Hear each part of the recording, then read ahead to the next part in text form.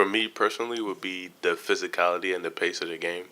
Playing against grown men, the physicality is obviously bigger than in college. But I think my teammates have made it easy for me and personally because they understand that, they know we're rookies, and they push us every day to get better. And it's a good camaraderie in practices and stuff like that, so it made it easy.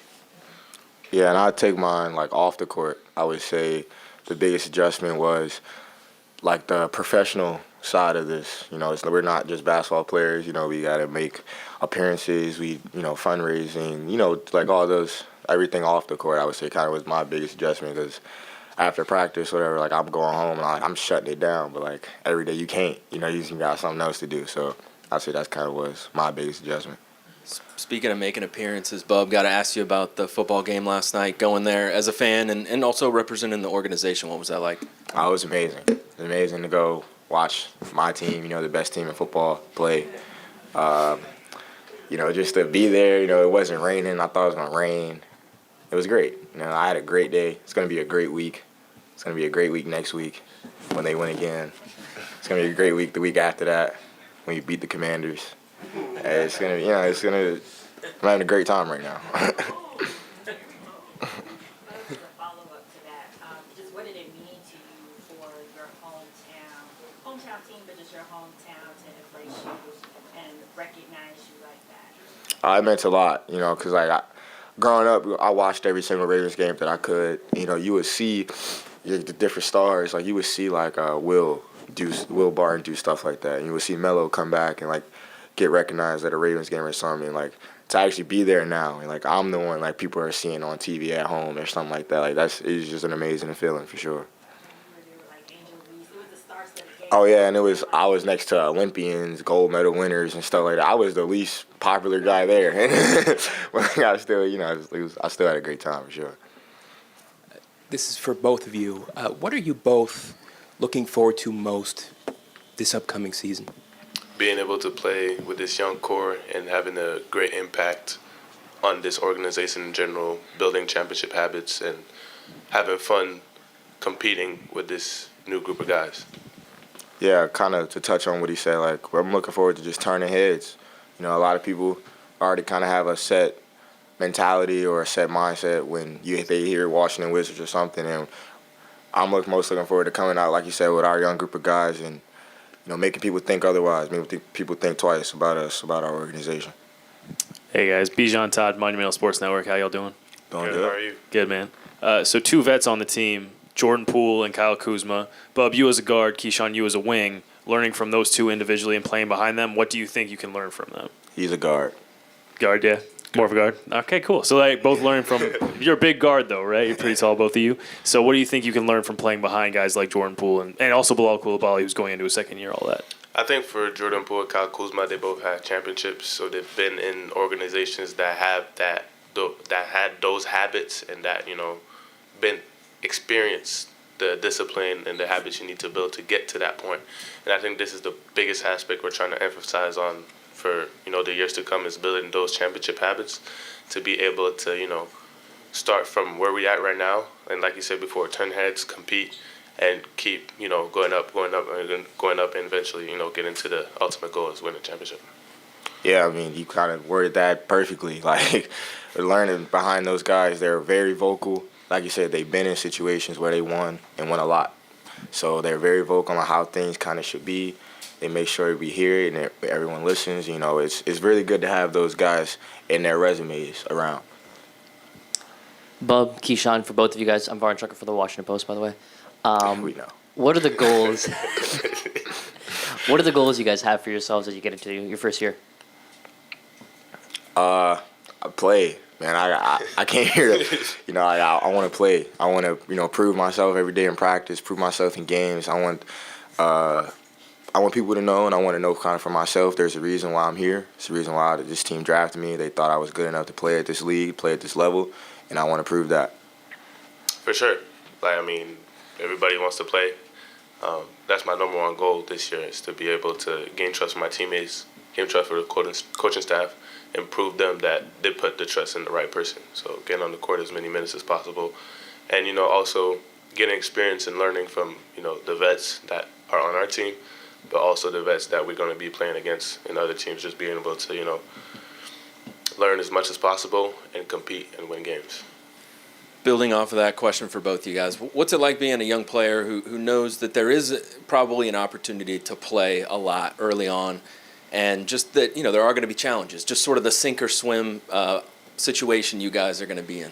I don't know about the sink part, because we're young guys in a situation where there's an opportunity to play the sports that we love. We get paid for it, and we're gonna learn.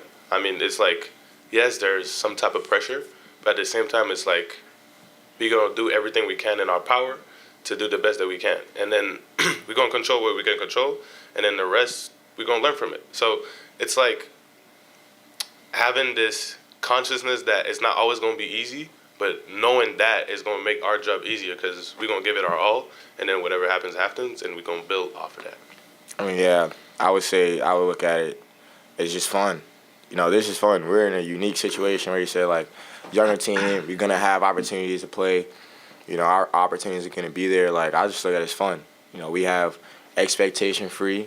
We got a plan in our heads, our organization that we set for ourselves and for each other. And that's no matter where we at, whether people put us here or here, just to keep going up. And I feel like that's the most fun part about it. Hi, guys. Josh Valdez. Nice to meet you. I was wondering what you guys learned from playing this past summer and how that compared to college. And how did you grow mentally and physically, to get ready for this season, your first season in the NBA? I would say it was the first time I was playing against people that are competing for contracts and having something to make their families live. So there's another dimension to competing, rather it's just, personal, is also competing to provide for their families. And I think I felt that during this summer league. And it changes in a way, but it doesn't in another way, because it's basketball and you're just competing at the highest level. At the end of the day, everybody wants to win. So I think it's just about getting reps in, getting used to our teammates, and just, enjoying the process while doing that. Bub, back here. Candace Buckner, Washington Post.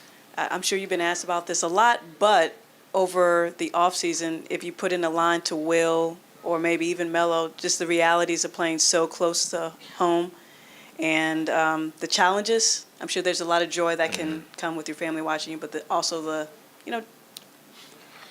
the challenges of probably playing so close to home. Yeah, I've definitely had those conversations with I reached out to Will about it. Melo's reached out to me, and actually the person I talked to the most was actually Rudy Gay about it, and he's been really been in my ear a lot, and just telling me like the biggest challenge that you're gonna have is you gotta learn how to say no to the people that you say yes to your whole life, and whether that be family, friends, coaches, trainers, whatever the case may be, like you're in a unique situation where everybody that wanted you to succeed can now watch you, and they want to continue to give their 2 cents and continue to always be around, the case like that. So you say the biggest challenge you're going to do is trust in yourself and know that you got here because of your supporting cast, but you got here 90% because of you. So learn how to say no, learn how to trust in yourself, and just give it your all at the end of the day. Guys, obviously the front office wanted to draft both of you because of how well you displayed your skill sets when you were in college. So I'm curious if there's anything about your game that you really want to work on now that you have access to NBA facilities. Like, are you still trying to improve different aspects of your game specifically? I don't think we're trying to improve anything of our game, to be honest. No, seriously, more seriously. I'm going to say, you scared me. No, more seriously. We have a tons to work on, obviously, but I think for us, our main focus point is, for me, I don't want to speak for Bub, but I was shooting the same thing. The defensive aspect of the court. We're both long, tall, athletic. We could guard multiple positions, and I think setting that tone by that standard at first is going to lead us to you need stops to win the game. So I think focusing on that point, that's my main focus point, of just getting better in that aspect, and then the rest is going to fall into place. Yeah, and mine's the same exact thing. We're in a league where everyone's nice. Everyone can put the ball in the basket. So, our ability to do that will always be there. We'll always improve on that. But in the day, we got a lot of people on this team that do that. how we kind of can make that stamp and change that culture and just turn heads like I mentioned earlier. Is you got to stop somebody. You got to stop the really good people. So that's one thing that we definitely have been working on is being able to do that at a high level. Gentlemen, Brandon Stenar, PGC TV. Congratulations on making it to the league. What are some keys that you could share to young people that are trying to strive to be in the same position as you guys are in? I would say just be relentless. I would say there's gonna be a lot of people that tell you no. There's gonna be a lot of people that tell you yes. Like people are gonna be in your ear. Whatever the case may be. Just be relentless in whatever you do and wherever you at. If you at a D3 college or you at the best AAU team in the best AAU team in the country, whatever it is, you can't stop. That's one thing that I would tell somebody. You just can't get complacent. I would just add also, have fun doing it. Not everybody in the world has the opportunity to play basketball, and to be able to realize that you have that opportunity, and if you're good at it, and just enjoy it while it lasts. I mean, we're not going to play basketball until we're 100 years old, so you have to enjoy the process, enjoy working on your craft, and getting better. Thank you, guys. Sure. How you gentlemen doing? Doing well. You guys are early on in the rebuild, but how's it feel to learn underneath a head coach in Brian Keefe, who, when you look at his resume and how many players he's had a hand in developing, I mean, how excited are you to be underneath a head coach like Brian Keefe? I think it's great. I think something that separates him from some coaches is that he really cares for us. The whole country, that coaching staff cares for us. I go work out on a Sunday morning, he's gonna be there, watching me and giving me tips and stuff like that. And to know that he's been into different organizations, with young talent, shows that he has that experience, and that you could really learn from that person. Yeah, I mean, I feel like we call him BK, so if I say that, that's what I'm talking about. But just knowing that, BK, he really wants what's best for you. At the end of the day, he's a NBA head coach, so obviously he wants to win games. He wants to stay where he's at, but he really cares about you. He really cares about your development. You come to him about certain goals, and he's going to do everything in his power for you to accomplish those goals. And then, past all that, he really knows what he's talking about. Like you say, he's been in 2 organizations where they won a lot. So just kind of always picking his brain, always talking to him, trying to stay in his, or have him stay in your ears. Definitely, it'll do more good than harm. You guys already shown that you're a couple of dogs, man. Really early in the game. But how excited are you guys individually? Being in a rebuild where it's not so much pressure. You can learn. You can just play your game.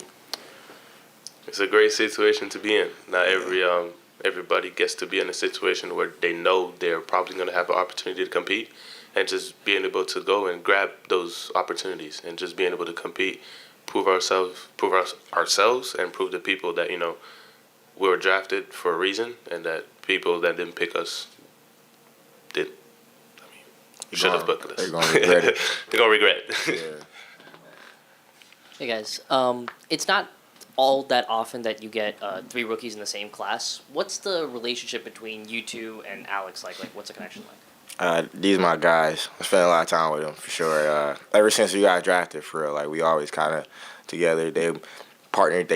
And the organization really does a good job of trying to keep in that bond as well. They'll partner us up in drills, and we'll have our lift times will be the same or whatever. Certain stuff like that. I'm always with them. They're my guys for sure. Yeah, it's super cool to be drafted with 2 other guys at the same time. I just couldn't really picture myself going through the first media stuff on my own without the draft guys next to us. And especially what makes it special is that they're good guys off the court too. They're great basketball players, but being able to have a relationship off the court, doing interventions, going to fireplace and stuff like that together is just amazing. Bob, how'd you like that Ravens game last night? I loved it, man. I loved it. It was amazing. Lost my voice honestly yesterday. You guys are all set? Thank you very much. Thank you guys.